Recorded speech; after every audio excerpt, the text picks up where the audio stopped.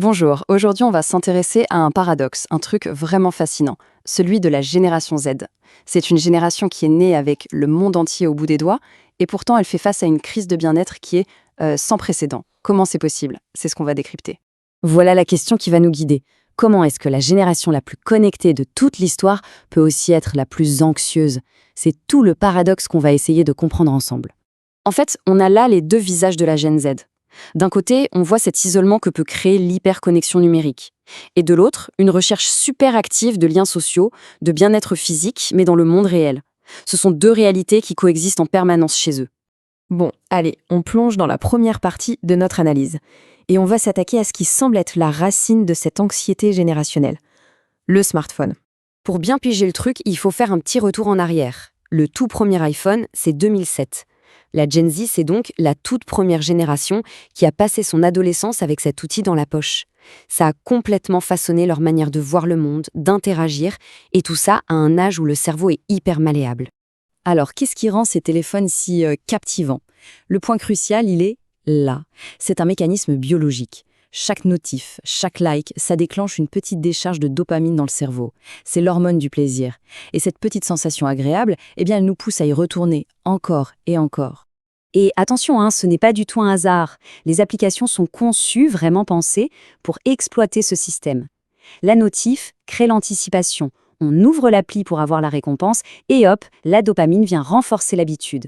C'est un cycle parfaitement huilé fait pour capter et garder notre attention. Forcément, cette immersion numérique quasi constante a des conséquences bien réelles et qui sont documentées. Les chiffres sont sans appel. Il y a une corrélation directe entre la montée de ces technologies et la hausse spectaculaire des problèmes de santé mentale chez les jeunes. Les effets sont vraiment multiples et même paradoxaux. D'un côté, ça peut isoler, tout en créant une pression de dingue pour être parfait en ligne. Ça peut pousser à fuir les difficultés du monde réel. Et en même temps, ça entretient une espèce de course sans fin vers la réussite. Mais attention, l'histoire ne s'arrête pas là, loin de là. Face à cette crise, la Gen Z ne reste pas les bras croisés. Voyons maintenant leur réponse, qui est à la fois proactive et super puissante. En réaction à une vie qui devient de plus en plus numérique, cette génération se tourne massivement vers le physique, le concret. Le sport, ça devient une sorte de soupape, un moyen de se reconnecter à son corps, de se sentir bien, tout simplement. Ce chiffre, il est juste énorme, 56%. Plus de la moitié de la Gen Z aux États-Unis considère la forme physique comme une très haute priorité. C'est bien plus que la moyenne, toute génération confondue. Et ça, ce n'est pas juste une vague intention, c'est une vraie tendance économique. La Gen Z met son argent dans son bien-être. Nutrition, fitness, méditation, appli de sommeil, tout y passe. Alors, d'où ça vient tout cet engouement? On peut identifier deux facteurs clés. D'abord, la pandémie de Covid.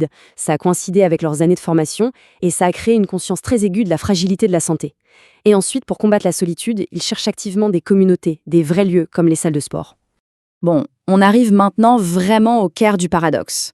Comment la Gen Z se sent aujourd'hui et, à l'inverse, comment elle voit son avenir? Les données sont à la fois fascinantes et complètement contradictoires.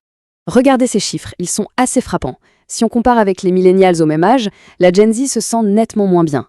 Seulement 41% se sentent épanouis aujourd'hui, contre quasiment 60% pour leurs aînés. C'est une sacrée différence. Et pourtant, accrochez-vous bien. Regardez ce chiffre qui suit. Il vient complètement contraster avec ce qu'on vient de voir. Et voilà la clé du paradoxe. Malgré leur galère actuelle, plus des 3/4 d'entre eux restent hyper optimistes pour leur futur. En gros, ils luttent aujourd'hui, mais ils croient vraiment en des lendemains meilleurs.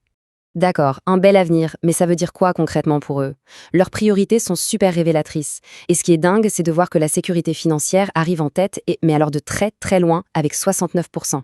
C'est leur préoccupation numéro 1, bien avant de trouver un job passionnant ou d'avoir un impact sur le monde. Allez, pour finir, tournons-nous vers l'avenir. Quels sont les défis et quel est le potentiel de cette génération qui est, on l'a vu, si complexe? Cette image, elle symbolise assez bien leur parcours, vous ne trouvez pas? Ils avancent ensemble, ils sont conscients des obstacles, mais ils sont portés par une espèce de détermination, d'espoir collectif. Ils sont en train de tracer leur propre chemin. Mais cet optimisme, il n'est pas naïf du tout. Ils ont les pieds sur terre. Leur obstacle principal est très concret, c'est l'argent, les ressources financières. Pour cette génération très pragmatique, la route vers cet avenir radieux passe d'abord et avant tout par la stabilité économique. Et on va se quitter sur cette pensée. Parce qu'ils ont grandi avec les mauvais côtés de la technologie, ils comprennent les enjeux mieux que personne. Du coup, ils sont peut-être les mieux placés pour redéfinir notre relation à ces outils. Leur capacité à contrer les effets négatifs tout en utilisant les bons côtés pourrait bien définir non seulement leur avenir, mais aussi le nôtre.